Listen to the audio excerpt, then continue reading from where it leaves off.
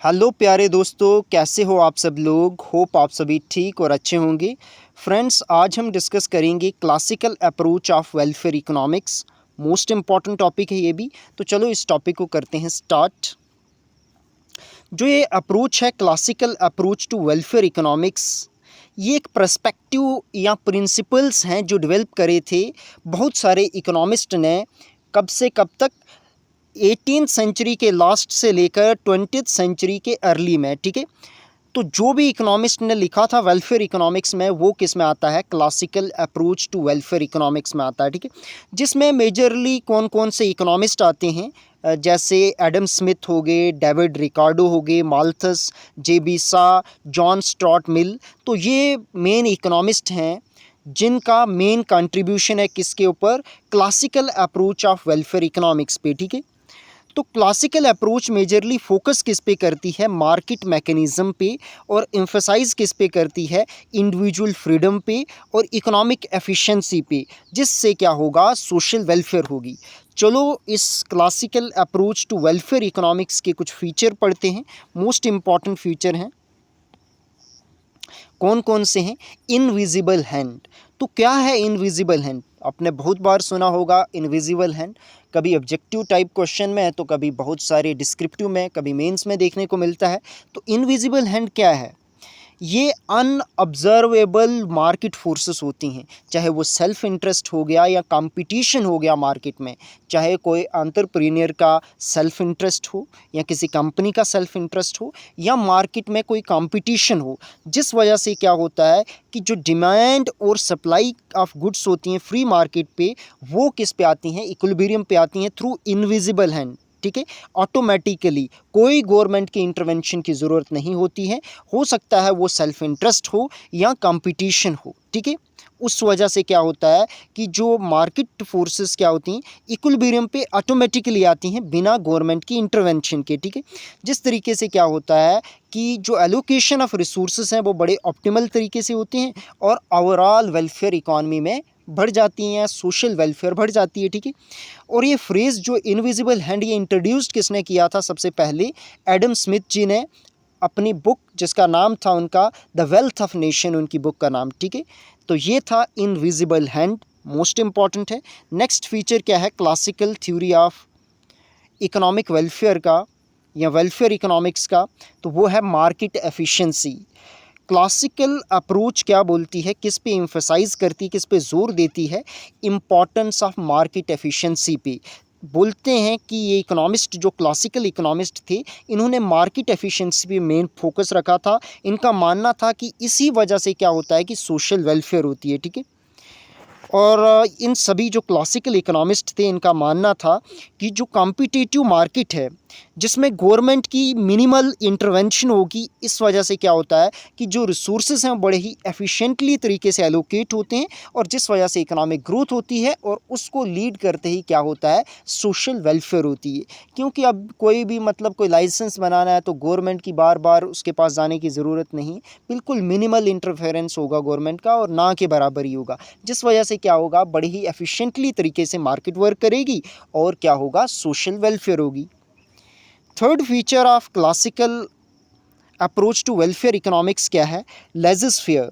तो laissez fair क्या कहता है? ये भी यही बोलता है कि गवर्नमेंट की क्या होगी? मिनिमल इंटरवेंशन होनी चाहिए। ये भी मानना था क्लासिकल इकोनॉमिस्ट का। ठीक है, और ये मानते थे कि गवर्नमेंट इंटरफेरेंस क्या करती है? इनएफिशिएंसी लाती है या रिड्यूस करती है ओवरऑल वेलफेयर को। ठीक है, किस वजह से? चाहे वो लाइसेंस देने की वजह से हो, या बहुत सारे रिसोर्सेज पे जो है सरकार का ही कमांड होता है, बहुत सारी कंपनीज़ पे पब्लिक टेकिंग अंडरटेकिंग्स होती हैं। तो इस वजह से क्या होता है कि जो रिसोर्सेज हैं बड़े अच्छे एफिशिएंटली तरीके से यूज़ नहीं हो पाते। तो रिसोर्स यूज़ नहीं हुएंगे तो क्या होगा? वेलफेयर इतनी नहीं होगी। तो ये मानना था इनका कि क्या होनी चाहिए? लेजिस फेयर होनी चाहिए, non interference, non intervention of government होनी चाहिए इकोनॉमी में। ये भी क्लासिकल इकोनॉमिस्ट और classical approach to welfare economics का फीचर है, लेजिस फेयर। नेक्स्ट फीचर को पढ़ते हैं, कौन सा है? Distribution of wealth.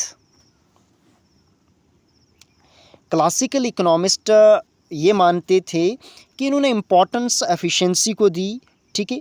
But market efficiency को तो इम्पोर्टेंस इन्होंने दी ही दी, बट इन्होंने इग्नोर भी नहीं किया किसको, जो सरकार की थोड़ी सी इंटरवेंशन है, और वो काम क्या करेगी, केवल फेयर डिस्ट्रीब्यूशन ऑफ वेल्थ करेगी, ठीक है। उनका मानना था सरकार का नहीं बल्कि इकॉनमी जो फंक्शन करेगी उसमें ऑटोमेटिकली क्या होना चाहिए, फेयर डिस्ट्रीब्यूशन होना चाहिए रिसोर्सेज का या वेल्थ का। और इनका मानना था, जो क्लासिकल इकोनॉमिस्ट थे, इनका मानना था कि certain level of income inequality जो है वो नेसेसरी है, ताकि वो इंडिविजुअल, कंपनी या एंटरप्रेन्योर को क्या इंसेंटिव देती है काम करने के लिए, ठीक है। बट एक्सेसिव इनइक्वालिटी इनका मानना नहीं था, वो उसी की वजह से क्या होता है, सोशल अनरेस्ट होते हैं, और उस वजह से क्या होगा, डिक्रीज्ड वेल्थ होगी। इसकी वजह से इनका मानना था कि जो डिस्ट्रीब्यूशन ऑफ वेल्थ है वो भी फेयर और जस्टिसेबल होनी चाहिए, ठीक है। फिफ्थ फीचर क्या है classical approach to welfare economics का, फ्री ट्रेड। जो भी दो देशों या दो से अधिक देशों के बीच में ट्रेड होगा वो बिल्कुल ही फ्री होना चाहिए, जिस वजह से क्या होता है कि इकोनॉमिक एफिशिएंसी और वेलफेयर बढ़ती है। कैसे बढ़ती है, अगर रिस्ट्रिक्टेड ट्रेड होगा तो उस वजह से जो हमें चीप रेट पे जो गुड्स फॉरेन कंट्री से मिलती थी वो क्या हो जाएंगी, बंद हो जाएंगी, जिस वजह से हर एक व्यक्ति अफोर्ड नहीं कर पाएगा, तो वेलफेयर कम होगी। अगर अनरिस्ट्रिक्टेड इंटरनेशनल ट्रेड होगा तो जिस वजह से एक कंट्री स्पेशलाइज करेगी केवल एक गुड में और दूसरी कंट्री दूसरे गुड में, ठीक है, जिस वजह से ओवरऑल वर्ल्ड लेवल पे क्या होगी, वेलफेयर होगी लोगों की, ठीक है। तो ये भी मानना था क्लासिकल अप्रोच का, या फीचर है क्लासिकल अप्रोच का। नेक्स्ट फीचर क्या है classical approach to welfare economics का, कार्डिनल मेजरमेंट ऑफ यूटिलिटी। इनका मानना था, जो क्लासिकल इकोनॉमिस्ट थे, इनका मानना था कि जो यूटिलिटी है उसको मेज़र कर सकते हैं क्वांटिटेटिव टर्म्स में, ठीक है, नंबर्स में मेज़र कर सकते हैं। नेक्स्ट फीचर क्या है क्लासिकल अप्रोच का, कि जो टोटल वेलफेयर इकोनॉमी में होगी वो क्या है, सम ऑफ इंडिविजुअल वेलफेयर है, ठीक है, और सिग्मा इंडिविजुअल वेलफेयर है total welfare of the economy, ठीक है। और यूटिलिटी ऑफ इंडिविजुअल क्या करेगी, अगर इंक्रीज होगी यूटिलिटी ऑफ इंडिविजुअल की, तो जिस वजह से क्या होगी, इंडिविजुअल की वेलफेयर बढ़ेगी, और इंडिविजुअल की वेलफेयर बढ़ेगी तो क्या होगा, टोटल वेलफेयर इकॉनमी में बढ़ेगी, ठीक है। तो कंक्लूजन के तौर पे हम ऐसा भी कह सकते हैं कि जो क्लासिकल अप्रोच थी वेलफेयर इकोनॉमिक्स की, ये मेजरली एम्फेसाइज किस पे करती है, इम्पॉर्टेंस ऑफ मार्केट मैकेनिज्म पे, इंडिविजुअल फ्रीडम्स पे, ठीक है, एफिशिएंसी और मिनिमल गवर्नमेंट इंटरवेंशन पे, ताकि क्या होगा कि प्रमोट होगी सोशल वेलफेयर और इकोनॉमिक ग्रोथ। और ये मेन फाउंडेशन है बहुत सारी जो सब्सिक्वेंट थ्योरीज आई बाद में इकोनॉमिक्स में, तो उसके लिए ये फाउंडेशन है कौन सी, classical theory to welfare economics. यहीं तक आज का टॉपिक था। कैसा लगा आपको ये topic classical approach to welfare economics? अगर ये लेक्चर आपको इन्फॉर्मेटिव लगा तो अपने फ्रेंड लोगों के साथ इसको ज़्यादा से ज़्यादा शेयर करें, लाइक करें, कमेंट करें। अगर आपने अभी भी हमारे चैनल इन डेप्थ को सब्सक्राइब नहीं किया है तो पहले इसको सब्सक्राइब कर दें। फर्दर अपडेट के लिए आप हमारे साथ टेलीग्राम ग्रुप को भी ज्वाइन कर सकते हैं, उसका लिंक मैं आपको डिस्क्रिप्शन में दे दूँगा। धन्यवाद, thank you for watching this video.